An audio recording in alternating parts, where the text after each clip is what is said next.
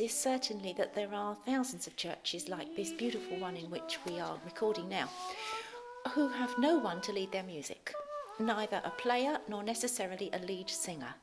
And there may be a feeling amongst those people that music is not for them, it's only for those few very lucky places that maintain a tradition. And I don't believe this, because for at least half of our Christian history we have sung unaccompanied, and in any old key that we fancy, things that were known to illiterate congregations, learnt by ear. It can't be impossible to do something. I'm standing beside the font, and I'm thinking that if we were here at Eastertide, it would be very good to begin the worship here in the way that the Easter Vigil begins, with light and with the blessing of the baptismal water. And for that, one could sing something as easy as this. I saw water flowing from the right side of the temple. Alleluia, alleluia. And people can join in with that alleluia as soon as they've learnt it. Now, I'm singing it at that pitch because it suits my voice.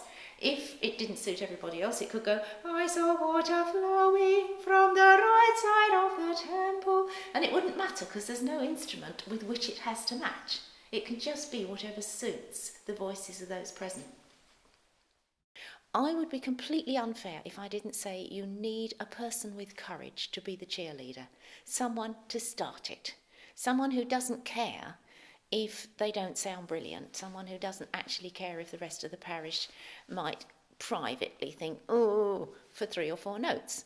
So I'm appealing to readers, to clergy, to lay ministers, to anyone who leads worship, to come along and find out what simple music they could use and some forms of service which particularly the non-priest might find useful in their church. Let's take a situation where a church is sharing its priest with 4 or 5 other buildings, may only have the Eucharist 1 in 4, 1 in 5 weeks, let's say.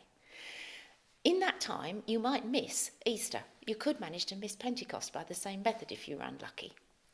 And you've gone through 2 major parts of the church year without celebrating the wonderful forms of worship that you would otherwise be available to you at that time.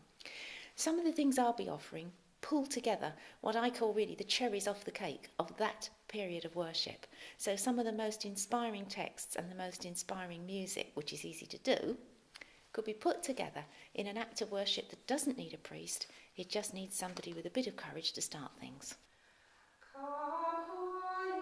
I'd love to be able to walk into a church like this on a Sunday morning and find that there were 6 people singing something which they might have got from us or they might have got from somewhere else. And I wouldn't care what key it's in, and I wouldn't care whether it's beautifully in tune. The point is, they would be making music in worship. What we need to do now is to get on with teaching people some simple things that they can sing in worship, which are uplifting, which give people the chance to unite mind and heart and voice and soul in a way that really only music can.